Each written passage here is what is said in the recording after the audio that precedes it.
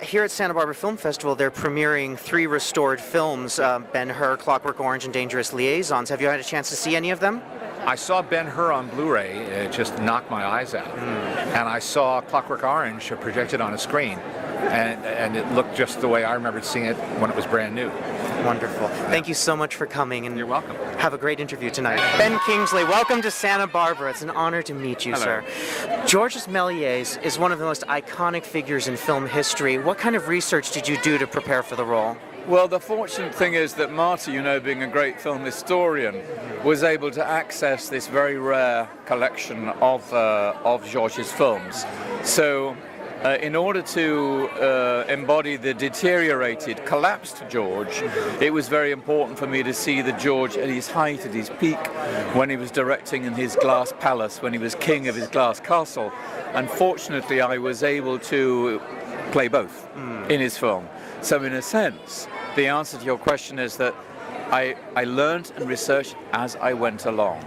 And you can do that with Marty because he will give you the environment, he'll give you the set, he'll give you the information, so that I think every day I was learning. It wasn't a question of learning and then doing it. It was I was learning as I went along, which is, I think, for me, the best way to work. Thank you so much. Thank you. Thank you for coming. Your film's message of film preservation is so eloquently set. What films do you feel are in most dire need of preservation right now? Well, first of all, 80 to 90% of all silent films are gone already. They're gone already. And it's interesting that when I was growing up, silent films, you really couldn't see them. You saw them, but they were in bad copies, scratched, run at the wrong speed. So we didn't even wonder, couldn't even associate, we couldn't even enjoy Charlie Chaplin, really, until we saw it later in its original form. But recently, in the past 10, 15 years or so, well, even a little longer than that, with Kevin Brownlow and Abel Gance's Napoleon, there's been a restoration of major, whatever we could find, of major silent film titles. And to see those on a big screen, tinted and toned, color sequences, and to have them, to see them at the right projection speed, it's it's another language, you know. But still, there are many films to be worked on. We're doing still some more with the Film Foundation this year. We even did, a couple of years ago, Once Upon a Time in America. This year, Once Upon a Time in the West. And this year is Once Upon a Time in America. Will be shown at Cannes. The Leopard was shown at Cannes, Visconti's film. The Red Shoes, of course, and the beautiful Paul Pressburger film, The Life and Death of Colonel Blimp. That was finally done. And Thelma's in Berlin right now presenting it at the Berlin Film Festival. Wow. And it's a beauty. And that took took years. And then there are many smaller pictures too, meaning black and white, that Library of Congress is doing, UCLA, that we do with the Film Foundation, George Eastman House. And so, you know, we're going title by title. Whatever we could save, you know. Thank you so much for what you do. Thank you. I became a filmmaker because of you. Thank you. Please welcome Executive Director of the Santa Barbara International Film Festival, Roger Durling. A very famous Spanish writer, Calderón de la Barca, said, "Life's a dream." And just a few minutes ago, I was in a small room, like a little fly in the corner, watching Sir Ben Kingsley and Martin Scorsese and Leonard Maltin talking to each other, and I said, yes, you know, for us film lovers, life is a dream. Tonight we salute an American icon, maverick director, screenwriter, producer, actor, and film historian, a filmmaker who does not condescend or compromise. The genius we're celebrating tonight has always remained true and faithful to his own vision. His films are immersed with cinematic potency and cinematic virtuosity. Since the early 70s, he's given us such classics like Taxi Driver, Raging Bull, Goodfellas, The Departed, and many others. But I was deeply moved to see that this giant of the cinema does not rest on his laurels. And in this past year, we were given his most personal film to date. His newest cinema masterpiece, Hugo, An homage to this director's favorite art that has just been nominated for an outstanding 11 Oscars. And his star, Ben Kingsley, is here with us this evening.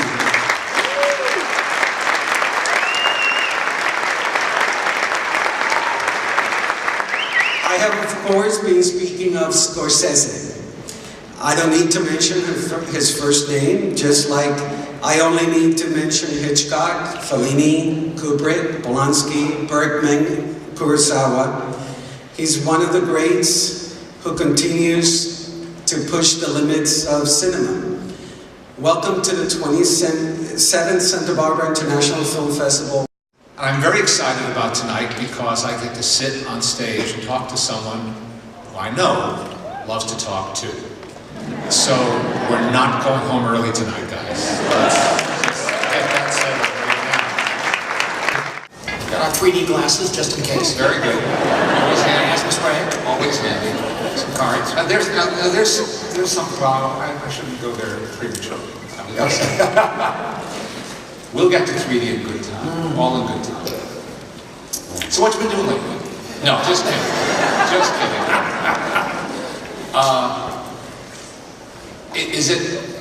Is it harder to make a film or to stay on the awards circuit for 2 months?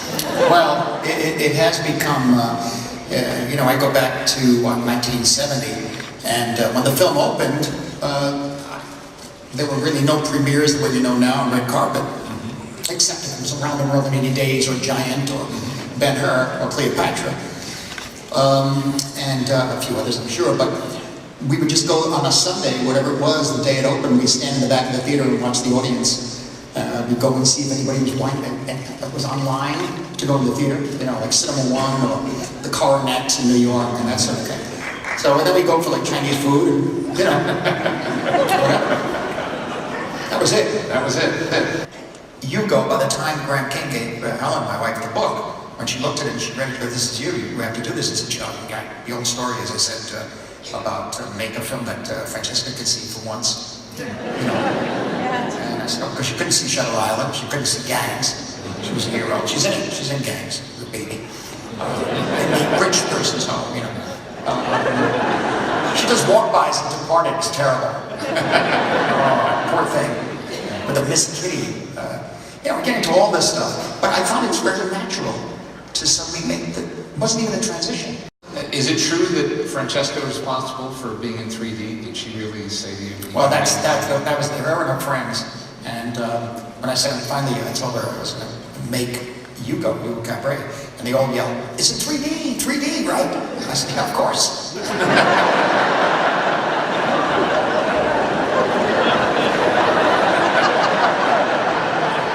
It's like, oh, Grandma, the kids, and their parents. Oh, it's got to be in 3D. It's got to be. So everybody's saying 3D. What are we going to do? I said, I love 3D. You know, I'm a fanatic about it. I said, but I never thought I'd make a film that would be in 3D. I said, well, let's look into it. So we did, and we went ahead with it, the real 3D. We went with the Jim Cameron and Vince Space system. We converted, at the end of the movie, if you've seen it, the Gala, the films that George Méliès' films at the Gala. Those are the real ones at the Gala, by the way. Actual hand-colored, the way they did them. That's the actual coloring. And we converted those to 3D because I know that he would have already been doing holograms, for God's sakes. You know. And also there is footage Serge Bromberg has in Paris of the Infernal Cakewalk in 3D. And Lumiere Brothers did 3D. You know, I've seen that. They restored a few of those.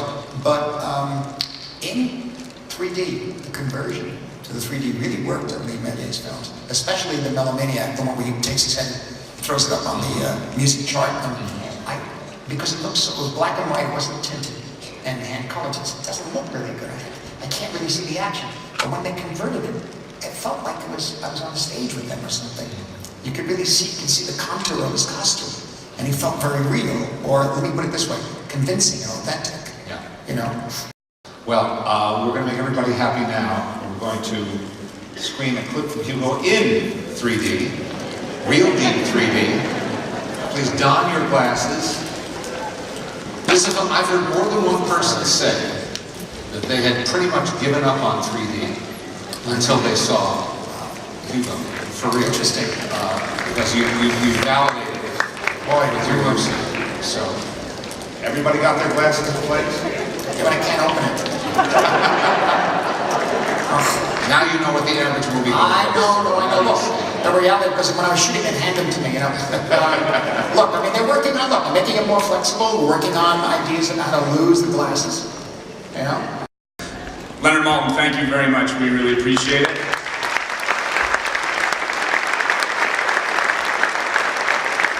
It's my honor to introduce the presenter of the American Riviera Award, an Academy Award winner and former Santa Barbara International Film Festival Award winner himself, the acclaimed actor of stage, screen, and occasional television projects. It's my honor and pleasure to introduce a man that I'm lucky enough to call a friend, Sir Ben Kingsley.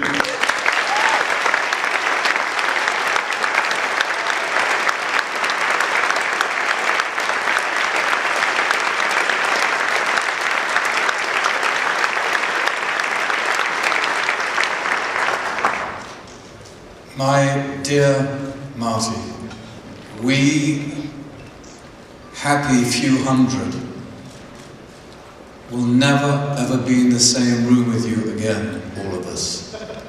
This is a remarkable evening, and I know that your words and your presence and your ability to touch the child within, or the original within us, will open and blossom and resonate for these happy hundreds and myself for days, for weeks, for months, and for years. I think that, Marty, your films are so life-enhancing that when we leave the theatre, the original us and the original child within says to his or herself, "I'll never take no for an answer," because he doesn't. In the caves of Lascaux in France, there are drawings of bison and antelope and mammoth and hunters. And somewhere on the cave of that wall, the wall of that cave, is the hand of the artist traced on the cave wall. The imprint 30,000 years ago of "I am here, a human." And I'm confident enough to know, through your great contribution to our culture and our lives, that your handprint is on everyone's heart in this room and millions of people outside of this room. And for them, and for all my fellow actors, and for all who love you, it is my profound honor to be the man chosen to present to you the Riviera Award of America from Santa Barbara.